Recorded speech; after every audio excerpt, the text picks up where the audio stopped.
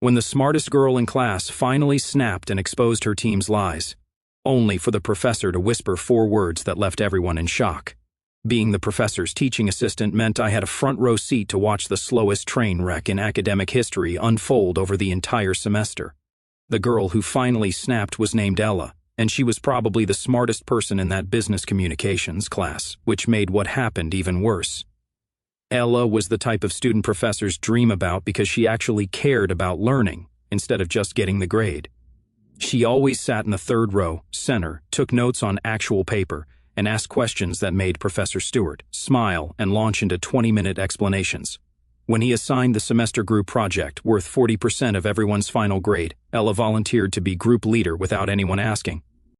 The group she got randomly assigned was an absolute disaster from day one, and I knew it because I had access to all their submitted assignments.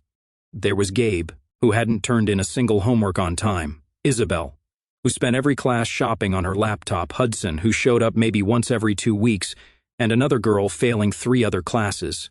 Ella didn't know any of this when she walked up to them after class with a smile, already talking about meeting times. Ella started coming to my office hours every week, asking for feedback on the project, and that's how I learned the group was even worse than I'd expected. She'd show me completed work and casually mention she was still waiting for Gabe's section or that Isabel promised to do financial projections but hadn't started.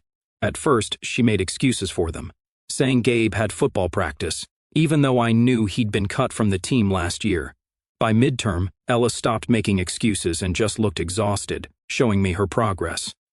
She'd completed the entire market research section, written the competitive analysis, created all financial projections, and designed the PowerPoint slides completely alone.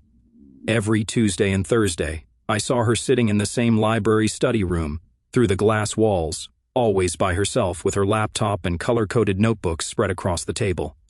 Once I walked by and heard her leaving a voicemail about meeting times, her voice still somehow cheerful.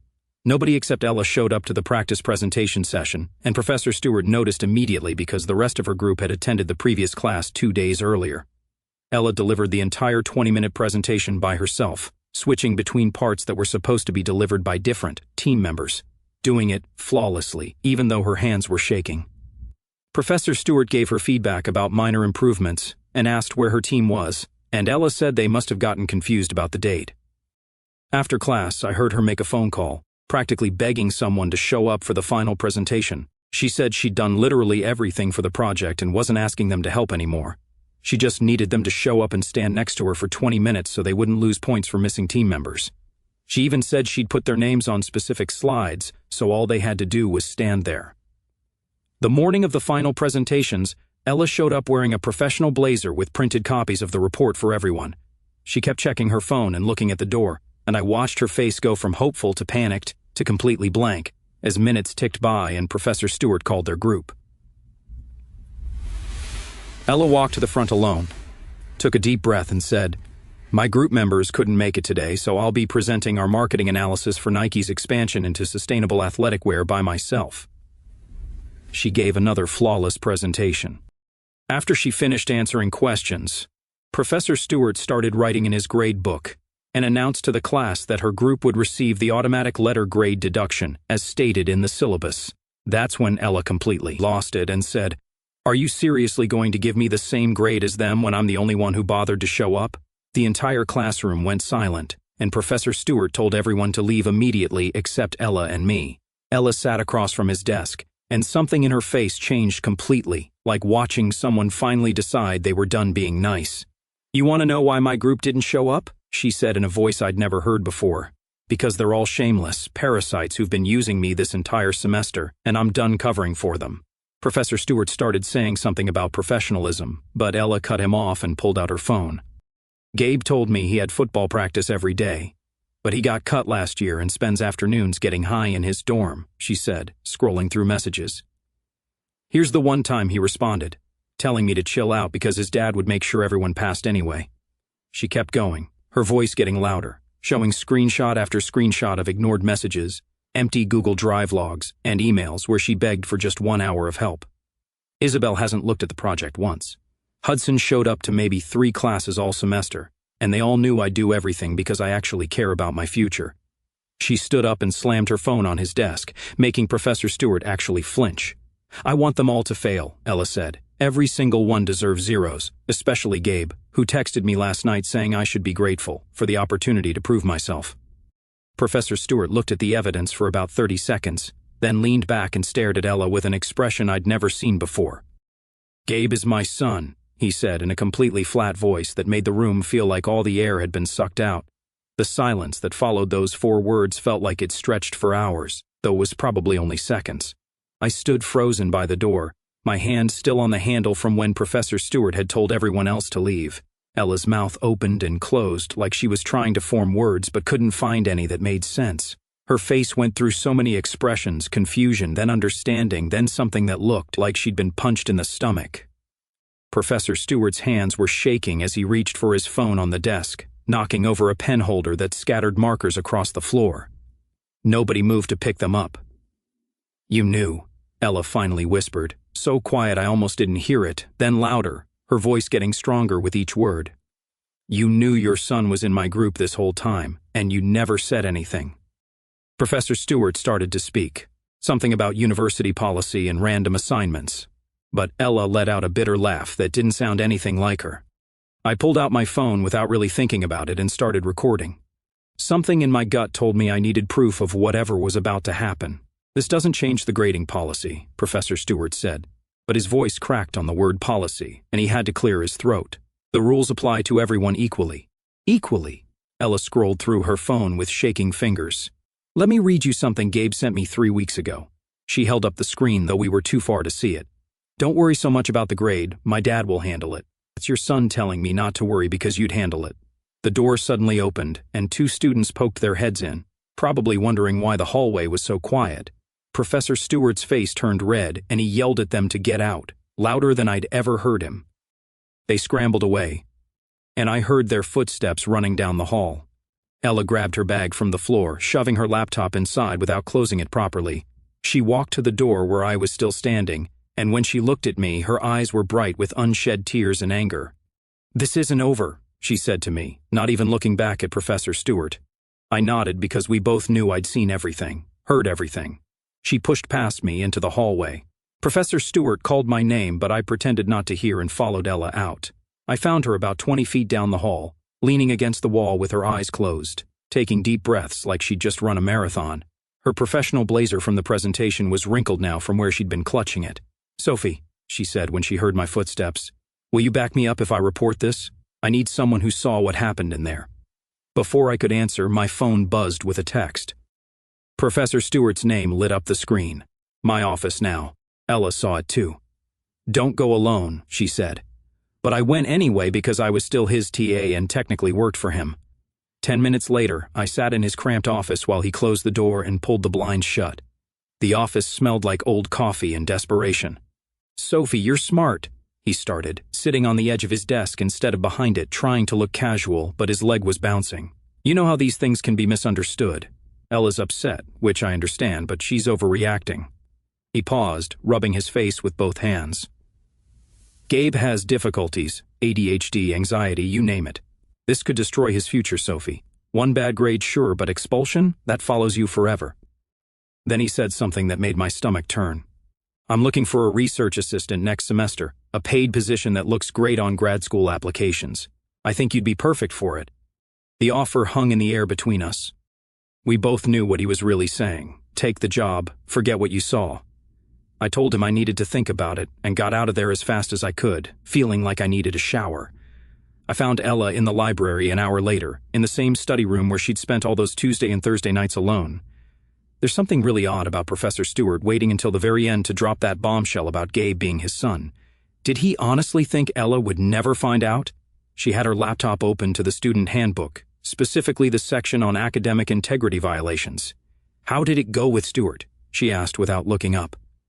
I pulled out my phone and showed her the email he'd sent right after I left his office, formally offering me the research position with a salary that was way more than any TA made. Her eyes went wide, and she immediately took a screenshot. "That's a bribe," she said, not even making it a question. "He's trying to buy your silence with a job." She was already pulling up the university's ethics policies, adding the screenshot to a folder on her desktop labeled Evidence. The folder already had dozens of files in it. By 5:30, we were sitting in a small office in the Student Services building with Grace Chavez, a tired-looking senior who worked part-time helping students with academic complaints. She kept stopping us to make sure she understood correctly. Wait, Grace said for the third time, holding up her hand. Professor Stewart's son was in the group, his actual son, and he knew this the whole time? Gabe Stewart, Ella confirmed, showing her the class roster, randomly assigned, supposedly. Grace leaned back in her chair and let out a long breath. This is big. This is really, really big. She picked up her phone. I need to call my supervisor. Don't go anywhere. That evening, around 8:30, my phone rang. It was Ella, and I could hear banging in the background. Gabe's at my door, she said, and I could hear the fear under her steady voice. He's drunk or something. He keeps yelling that I'm ruining everything. Through the phone, I heard Gabe's voice, muffled but angry. Open the door, Ella. We need to talk about this. You're destroying my dad's career over nothing. Don't open it, I told her, already grabbing my keys. Call campus security, I'm coming over. Already calling them on my other phone, she said. I'm recording this too. I stayed on the line while she dealt with security, hearing Gabe get escorted away, still yelling about how Ella didn't understand what she was doing to his family. By the next morning, the story had exploded across campus group chats.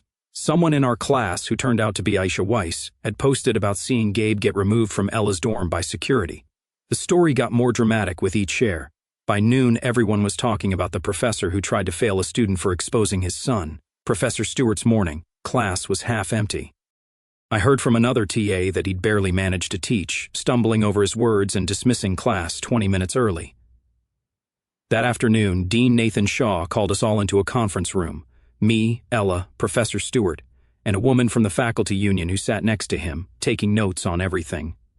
The room was too small for the tension in it. Let's be clear about why we're here, Dean Shaw started. But Professor Stewart's union representative interrupted. This meeting is procedurally irregular. My client hasn't been formally notified of any complaints. Your client tried to bribe a student employee, Ella said calmly, sliding a printed copy of the email across the table, after his son harassed me at my dorm last night. Professor Stewart's face went pale. The union rep started to speak again, but Dean Shaw held up his hand. Miss Snyder, please walk me through the semester from the beginning. For the next hour, Ella laid out everything, every ignored message, every empty group meeting. Every time she'd asked for help, she had timestamps, screenshots, even security footage from the library showing her working alone week after week. I confirmed every detail I'd witnessed, my voice steady even though my hands were sweating. 3 days later, Isabel and Hudson suddenly sent Ella emails claiming they had helped with the project, and that she was lying about doing it alone. The emails arrived 4 minutes apart and used suspiciously similar wording. They can't even cheat right, Ella said, forwarding both to Grace with a single word. Really? The next day, Dean Shaw asked me to write out everything I'd witnessed. I sat in a quiet room for 3 hours, filling 12 pages with every detail I could remember, seeing Ella alone in the library every week, the empty practice presentation, Professor Stewart's bribe attempt. My hand cramped from writing so much. By day 5, Professor Stewart was placed on administrative leave while they investigated. We got a substitute teacher who looked confused when the entire class went silent as Gabe walked in late. He slouched to a back corner seat, avoiding everyone's eyes. Ella sat in her usual spot, 3rd row, center, taking notes like nothing had changed. After class, Gabe cornered me by the vending machines. You're destroying my dad's career over some stupid project, he said, getting close enough that I could smell energy drink on his breath. You know that, right? 30 years of teaching gone because you couldn't mind your own business. I'm just telling the truth, I said, trying to step around him. He moved to block me. The truth? The truth is that Ella is a control freak who wouldn't let anyone help. Dude, stop! Dylan Bell appeared from nowhere, pulling Gabe back by his shoulder. You're making it worse. You're literally proving their point right now. Gabe shrugged him off but backed away, muttering something about how we'd regret this. A week in, the review board scheduled a formal hearing. Ella threw herself into preparation with the same intensity she'd shown on the project. She bought a box of colored tabs and created a timeline of evidence that covered her entire desk. Every email was printed, every text screenshot organized by date, every piece of work she'd done categorized and labeled. Grace stopped by to check on her and whistled low. I've been doing this for 2 years and I've never seen a student this prepared. I only get one shot at this, Ella said, not looking up from her filing system. The next day, something unexpected happened. Other students started coming forward with their own stories about Professor Stewart. Aisha Weiss showed emails where grades had been changed without explanation. A former student sent proof that his final exam score jumped 40 points after his parents donated to the department. "This is bigger than just my project," Ella said, reading through the messages people were sending her. "He's been doing this for years." The investigation expanded beyond just our class. Suddenly, there were lawyers involved, real ones from the university's legal department, who sent emails marked confidential and privileged. Everyone started being very careful about what they said and wrote. 10 days after everything started, Ella finally called her parents. I sat with her while she did it, watching her pace around her dorm room. "Mom, I need to tell you something," she started. Then the whole story poured out. I could hear her mother's voice getting louder through the phone, not angry at Ella, but furious about the situation.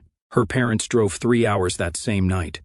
When they arrived, her mom spread all of Ella's evidence across the dorm lounge table, reading through everything with the focused attention of someone who'd worked in HR for 20 years. "This is clear academic misconduct," her mother said. "And that email about the research position? That's attempted bribery." Her father, a quiet man who hadn't said much, just pulled Ella into a hug. That's when she finally cried, really cried, for the first time since this all started. Not the angry tears from before, but exhausted, relieved sobs. The next night, I got an anonymous email with screenshots from Gabe's Instagram stories going back months.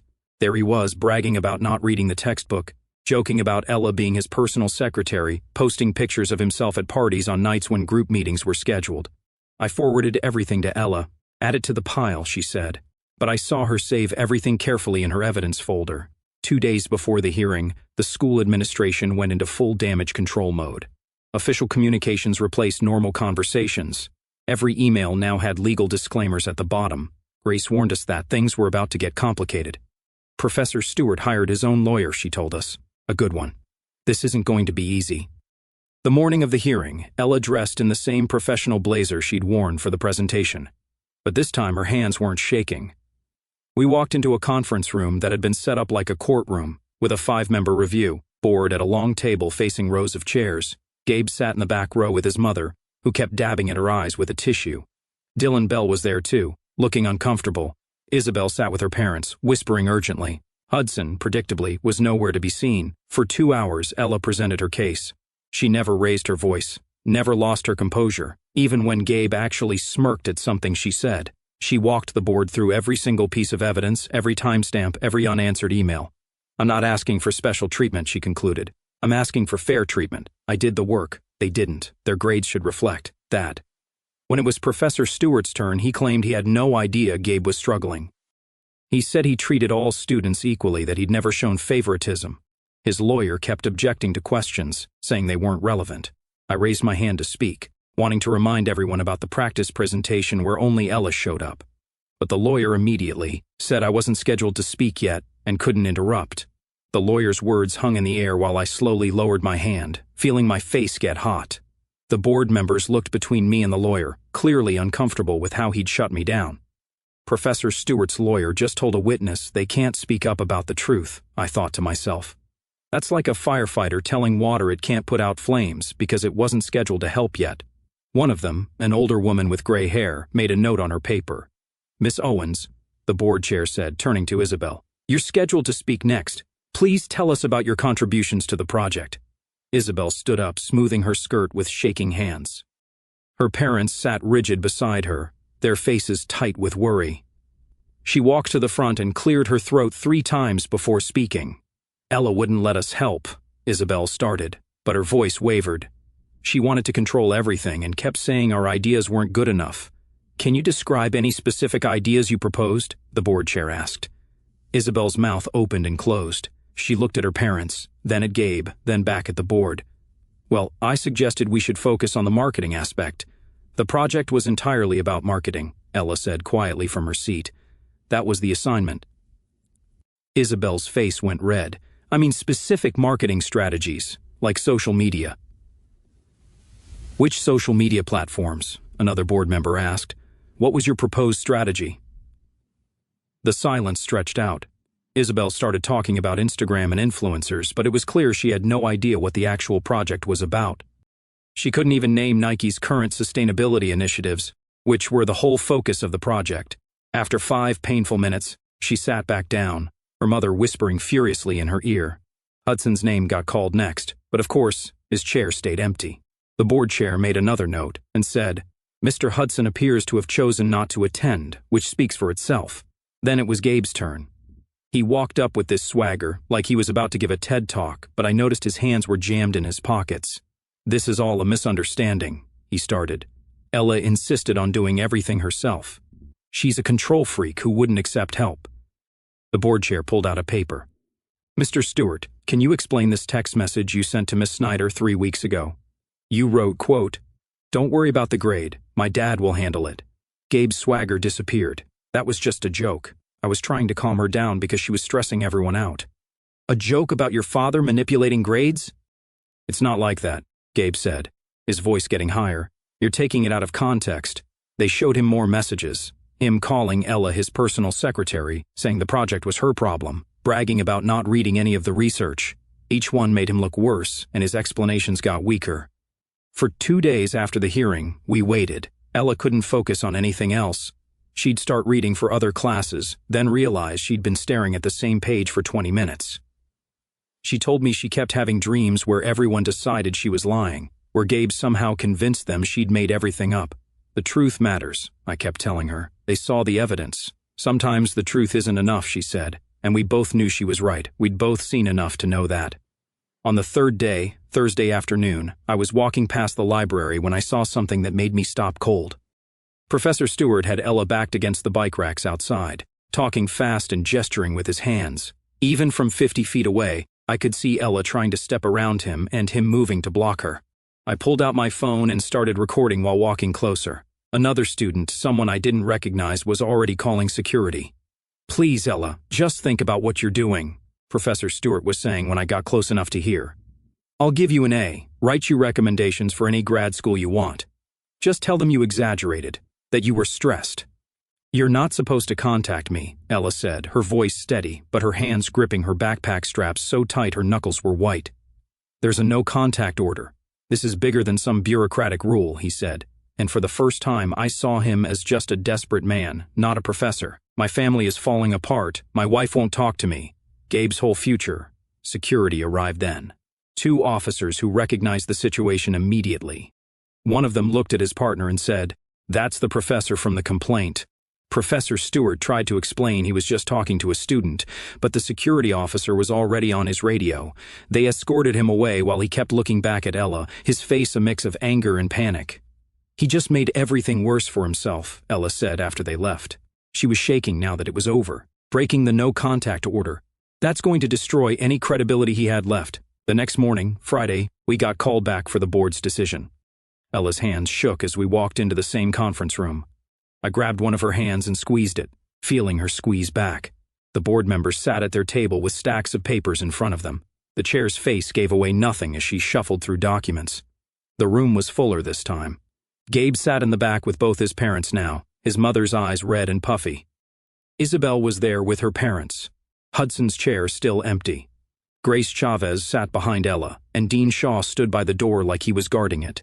After reviewing all evidence and testimony, the board chair began, and I felt Ella stop breathing beside me. "We find Professor Stewart guilty of academic misconduct, breach of ethical guidelines, attempted bribery of a student employee in violation of the no-contact order." The room erupted. Gabe jumped up shouting, "This is bullshit." His mother started crying harder. His father tried to pull him back down, but Gabe shoved his hand away. The board chair continued like nothing was happening. "Professor Stewart is suspended immediately pending termination proceedings. Mr. Gabe Stewart receives an F in the course and is placed on academic probation. Miss Owens and Mr. Hudson receive D grades that reflect their lack of participation. Miss Snyder's a grade stands, and the board extends an official apology for the distress caused by this situation." Gabe stormed toward the door, stopping right in front of Ella. "You destroyed my family," he said, loud enough for everyone to hear. "I hope you're happy." His mother followed him out, sobbing. I felt bad for her, even though I knew they'd brought this on themselves. She probably never imagined her family would fall apart over a group project. That evening, the campus paper ran the story online with a headline, "Professor's son received special treatment, investigation reveals." Within an hour, it had over 1,000 shares. Ella's phone buzzed non-stop with messages from other students sharing their own stories, thanking her for standing up, saying she was brave. She turned her phone off and sat in her dorm room in silence. "I don't feel brave," she told me. "I just feel tired." Monday morning, I walked past Professor Stewart's office and saw maintenance workers carrying out boxes. His nameplate was already gone from the door, leaving just 4 small holes in the wood where it had been screwed in. Students stopped to watch and take pictures, like it was some kind of show. When Ella walked by on her way to class, she kept her eyes straight ahead, not looking at the empty office even once. 2 days later, Dylan found me in the dining hall. "Gabe's leaving," he said, sliding into the seat across from me. "His parents are making him transfer, but honestly, I think he's just going home. His parents are getting divorced. This was the last straw. His mom found out about other stuff too." "That's not Ella's fault," I said. "I know," Dylan said, poking at his food. "But Gabe still doesn't think he did anything wrong. Keep saying Ella overreacted. By the end of the week, the whole business department was different. Professors who used to be casual about group projects suddenly had detailed rubrics and check-in requirements. The department chair sent out an email about new policies for disclosing family relationships. They actually called them the Snyder Protocols in the official documentation, which made Ella cringe when she saw it. "I hate that my name is on it," she said, reading the email, "like I'm some kind of symbol now." "You are," I told her.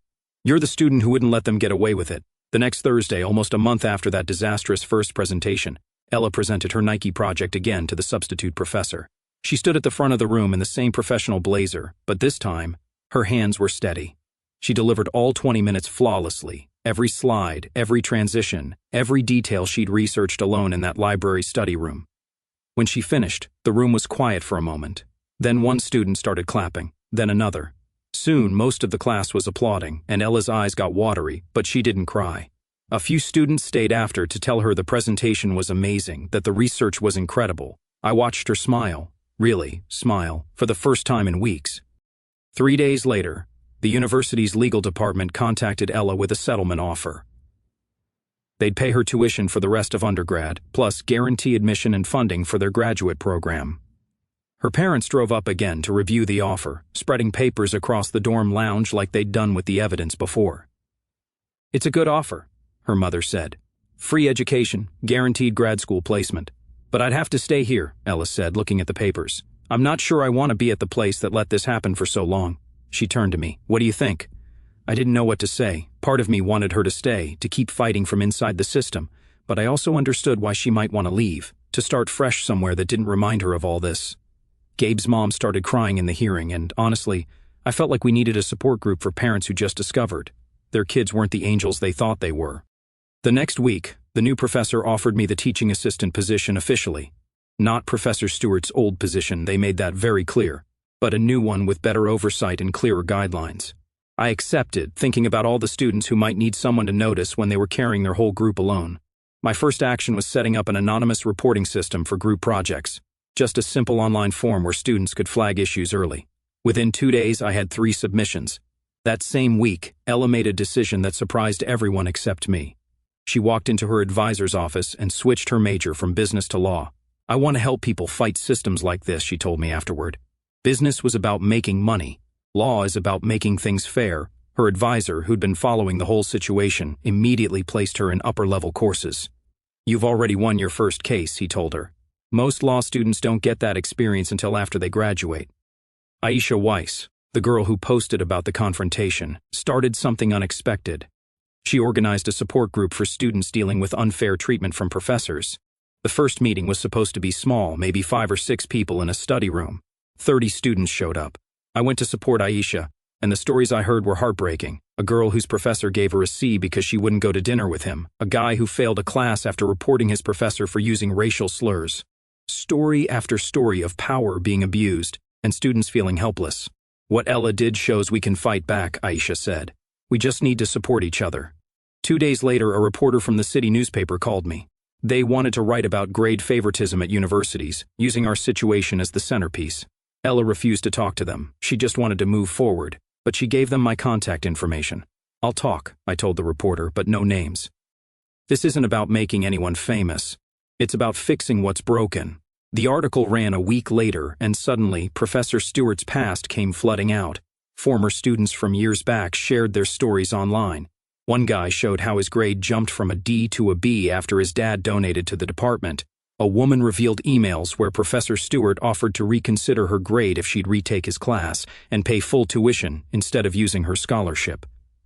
The investigation that had closed reopened, now looking at 6 years of grades. The evidence was overwhelming. One afternoon, Ella and I were getting coffee when we saw Gabe's mother sitting alone at a corner table. She looked older, tired, like she'd aged years in the past month. When she saw us, she stood up and walked over. "I'm sorry," she said to Ella, tears already forming. "I knew something was wrong. Gabe never studied, never worried about grades, and I should have questioned it. I didn't want to see it." "It's not your fault," Ella said, and I could tell she meant it. "You didn't make those choices." They hugged right there in the coffee shop, and Gabe's mother whispered, "Thank you for having the courage I didn't have." The department's new group project rules went into effect immediately. They required weekly progress reports from each member, individual submissions of work completed, and regular check-ins with TAs. Some students complained it was too much oversight, but I noticed the quiet, hard-working students seemed relieved. "We're calling them the Snyder Protocols," the department chair announced in a faculty meeting I had to attend. Ella hated it when I told her. "I don't want my name on anything," she said. "I just wanted to pass my class fairly. The people who make the most trouble are the ones who change things," I reminded her. Finals week arrived with a strange energy. Ella's other professors seemed to grade her extra carefully, probably worried about appearing biased in either direction. She laughed about it, saying she should have exposed corruption earlier if it meant professors would actually read her papers thoroughly. Her grades that semester were the best she'd ever earned, and everyone knew she'd earned them fairly. The semester ended with the business department throwing their end-of-year party in the faculty lounge. They'd invited Ella specially, which surprised both of us since she'd just switched to law. When we walked in together, the department chair immediately steered her toward a small stage they'd set up. "We have something for you," he announced to the room, holding up a glass plaque that looked like they'd ordered it yesterday. The engraving read, "Excellence in Academic Integrity," with Ella's name underneath. Ella took it with a polite smile, thanked everyone, and gave a short speech about hoping the department would continue improving. But afterward, in the hallway, she handed me the plaque. "This feels like they're trying to make themselves feel better," she said. "Like giving me a piece of glass fixes how they ignored everything until I had to scream about it." The next week, the official termination news came out. Professor Stewart lost everything: his job, his pension, his benefits, even his parking spot. The article mentioned severe academic misconduct spanning multiple years. That same day, Gabe posted a long rant online about cancel culture destroying innocent families. He called Ella a vindictive witch who couldn't handle group dynamics. Dylan sent me screenshots adding that Gabe still didn't think he'd done anything wrong. Meanwhile, Ella started getting messages from students everywhere dealing with similar problems. Instead of ignoring them, she spent 3 days writing a detailed guide: what evidence to collect, who to contact, how to document everything. She posted it on a student forum, and within a week, it had been shared hundreds of times. "I can't help everyone personally," she told me. "But maybe this will help someone else stand up sooner than I did." When the spring semester started, everyone knew who Ella was. Walking across campus with her meant constant stares and whispers. Some students treated her like a hero, others, like she was the girl who broke up a family. She kept her head down and focused on her new law classes, especially one called Education Law and Student Rights. "This professor actually wants students to question authority," she told me after the first class, sounding amazed. "He said my case will be required reading next year." 3 weeks into the semester, I noticed something familiar in the papers I was grading. One student, a quiet girl in the back row, had clearly done her entire group's research paper. The writing style changed completely between sections, and her group members' individual assignments were barely coherent. I called her to my office hours and asked directly about the group work. She started crying immediately, saying her group threatened to give her bad peer reviews if she didn't do everything. I documented everything, moved her to a different group, and made sure the original group knew I was watching. When she thanked me with tears in her eyes, I thought about Ella sitting alone in that library every week. In March, Ella called me screaming with excitement. She'd gotten a summer internship at an education advocacy nonprofit, beating out law students from much better schools. The interviewer said my experience with the broken system made me perfect for the job, she said, her voice cracking with happy tears. I understood what students go through because I lived it in May right before finals. Gabe tried to come back for a friend's graduation. Dylan told me Gabe lasted about an hour on campus before leaving. Students had recognized him, and not in a good way. Someone had pointed and said loudly, "That's the professor's son who failed because he was too lazy to show up." Others just stared until he got uncomfortable and left. "He still thinks he's the victim," Dylan said, shaking his head. "Keeps saying Ella ruined his life over nothing." A week later, news broke that the school had quietly settled with Professor Stewart to avoid a wrongful termination lawsuit. He'd never teach again, that was part of the agreement, but he'd get a small payout to go away quietly. "It's not enough," Ella said when she heard, "but at least he can't do this to other students." That summer, they invited me to speak at a teaching conference about academic integrity. They wanted to use our case as a cautionary tale. Ella declined their invitation, saying she was done being a symbol. So, I went alone. I stood in front of 200 professors and told them the simple truth: protecting students should matter more than protecting colleagues. Half the room looked uncomfortable. Good. By August, every law school Ella had applied to accepted her with significant scholarships. She spread the acceptance letters across her dorm room floor, reading each one carefully. Yale, Harvard, Stanford, they all wanted her. "I'm picking Columbia," she told me. "They have the best program for education law reform." Her parents framed the acceptance letter and hung it in their living room, right next to her perfect grade report from that awful semester. In October, Isabel sent Ella a real apology letter, not an email but an actual handwritten letter saying she'd been scared of failing and took the easy path. She was retaking the class, doing the work herself this time. "I accept her apology," Ella told me, "but we'll never be friends." Why did they wait until Ella switched to law to suddenly offer her special recognition and that integrity award? The timing seemed really convenient, like they were trying to look good now that she wasn't their problem anymore. Some things can't be undone. Graduation day came in late May, sunny and perfect. Ella stood at the podium in her cap and gown, chosen to give the student address. She talked about standing up to power, about systems that protect the wrong people, about the courage to say, "This isn't right," even when everyone wants you to stay quiet. The standing ovation lasted 3 minutes. Even the administrators who'd fought her at first stood and clapped, though we both knew their support came too late to mean much. After the ceremony, Ella found me in the crowd of families taking pictures. "Thank you," she said, hugging me tight, "for being my witness, for not taking the bribe, for standing with me when it would have been easier not to." We both had tears in our eyes. The system was still broken, we knew that, but maybe it was a little less broken than before. A year later, I got a message from Ella with a photo attached. She was in a Columbia Law Library, surrounded by case files, working on a lawsuit against another university with similar grade manipulation problems. "This is what I was meant to do," she wrote. "Every case I work on, I think about that semester. It broke me, but it also built me into someone who can break these systems." That same month, the business school announced they were adding a student position to the academic review board, someone with full voting rights who could speak for student interests. It wasn't perfect, but it was progress. The girl who snapped had ended up changing the structure that had failed her. 14 months after graduation, I stood in front of my own class for the first time, real teaching, not just assisting. On the first day, I told them about what happens when nice people finally snap, though I didn't use names. "Being nice doesn't mean being a doormat," I said, watching them take notes. "Hard work should matter more than connections. And sometimes when someone reaches their breaking point, they don't just break, they break the bad systems around them." One student raised her hand. "Is that story true? About the girl and the professor's son?" I thought about Ella in law school, fighting for other students now. About Professor Stewart, whose name had become a cautionary tale at teaching conferences. About Gabe, who Dylan said still lived at home, still convinced he was the victim. About all the students who'd messaged Ella, saying her story gave them courage to speak up. "The best stories usually are," I told her, and continued with the lesson. Well, folks, that's our show. Appreciate you letting me be your sharp-tongued sidekick through all this. Like the video,